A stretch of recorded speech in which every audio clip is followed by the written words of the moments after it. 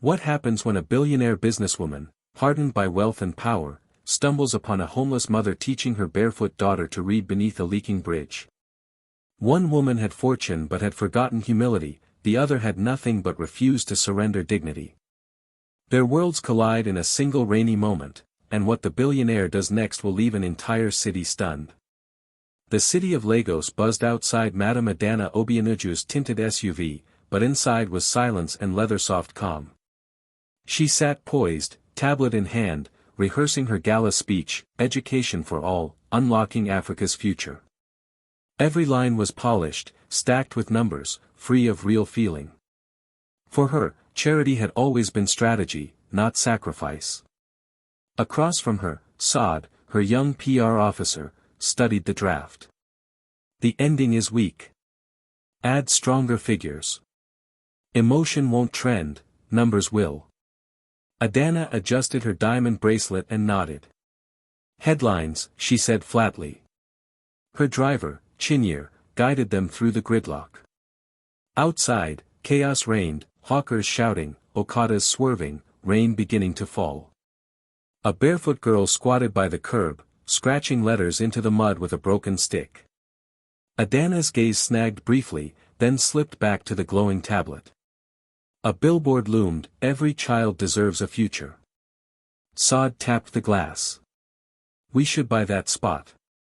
Perfect branding. Rain thickened, drumming on the roof. Wipers beat steadily. Red brake lights pooled as traffic slowed under a bridge. That's when Adanna heard it, a woman's voice, calm and rhythmic, cutting through the storm. She looked up. Beneath the bridge, a mother sat on flattened cartons, holding a torn primer. Beside her, a barefoot child leaned forward, sounding out words, tiny hands moving stones as counters. The mother's smile was firm, encouraging, undimmed by the squalor around them. For a moment, Adanna forgot her speech. She simply stared.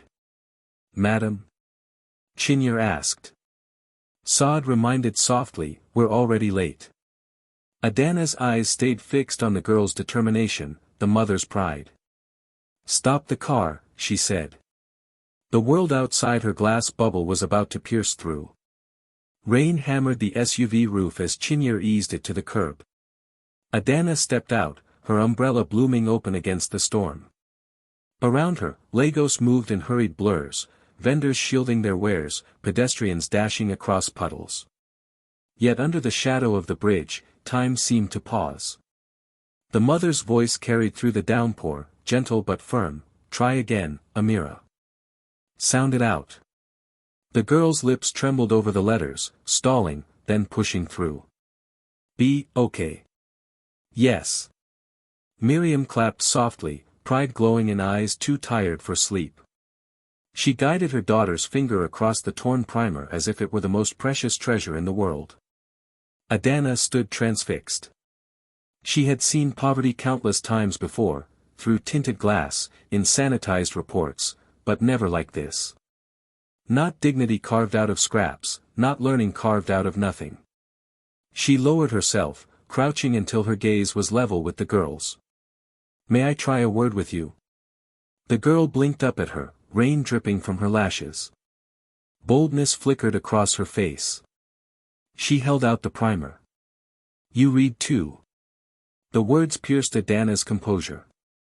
She hesitated, then read aloud. Her voice, so often used in boardrooms and galas, trembled as she sounded out the child's word. For the first time in years, it wasn't a speech, it was simply reading. Behind her, onlookers had stopped. Some took shelter under the bridge, others raised their phones, recording. Whispers spread, Is that Madame Obianuju? In the rain. Saad stepped forward, panic in her eyes. Madam, we have to go. Cameras are rolling. Adanna didn't move. She looked at the girl, then at the proud mother, and felt the walls of her world begin to crack. Adanna's heels sank slightly into the wet ground as she stepped closer, her umbrella now tilted over the girl and her mother instead of herself. The contrast was almost absurd, a billionaire in a designer gown crouching before a barefoot child. The mother, Miriam, shifted protectively, her eyes sharp despite her gaunt frame. "Madam, please, we don't beg.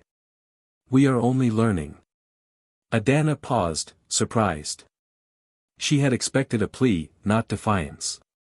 The girl's eyes mirrored her mother's, bright, unyielding. "I didn't think you were begging," Adanna said carefully, her voice softer than usual. "I was only listening." Rain trickled down Miriam's face as she straightened. She must learn, no matter what. If she can read, maybe her life will be different. Her tone carried both pride and exhaustion. For a moment, the billionaire and the homeless mother studied one another, two women on opposite ends of fortune's spectrum. Around them, more onlookers had gathered, phones raised, whispers building. Saad pulled at Adanna's arm. "Madam, this isn't safe. This could be spun the wrong way. Let's go." But Adanna remained rooted, fascinated by Miriam's resolve. "Where do you live?" she asked. "Here," Miriam answered simply, motioning to the cartons, the worn bag, the small shelter cobbled from nylon sheets. "But we have words. Words cannot be stolen." The phrase struck Adanna harder than she expected. She thought of her prepared speech, its hollow numbers, and suddenly it felt like ash in her mouth. The girl whispered, "Mama says if I know enough words, I can become anything." Adanna's chest tightened. She had built empires on contracts and clauses, yet here was a child who saw words as wings. Rainwater streamed along the gutters, carrying scraps of paper and crushed sachet water bags. Beneath the bridge, silence grew as more people gathered, eyes fixed on the billionaire kneeling beside a homeless mother and child. Miriam's voice was calm but firm.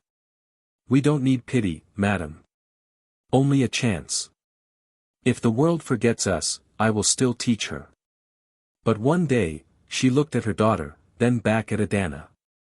"One day, someone will see her." The words hit Adanna like a stone thrown at stained glass. Her polished speeches, her gala promises, they suddenly felt like fraud.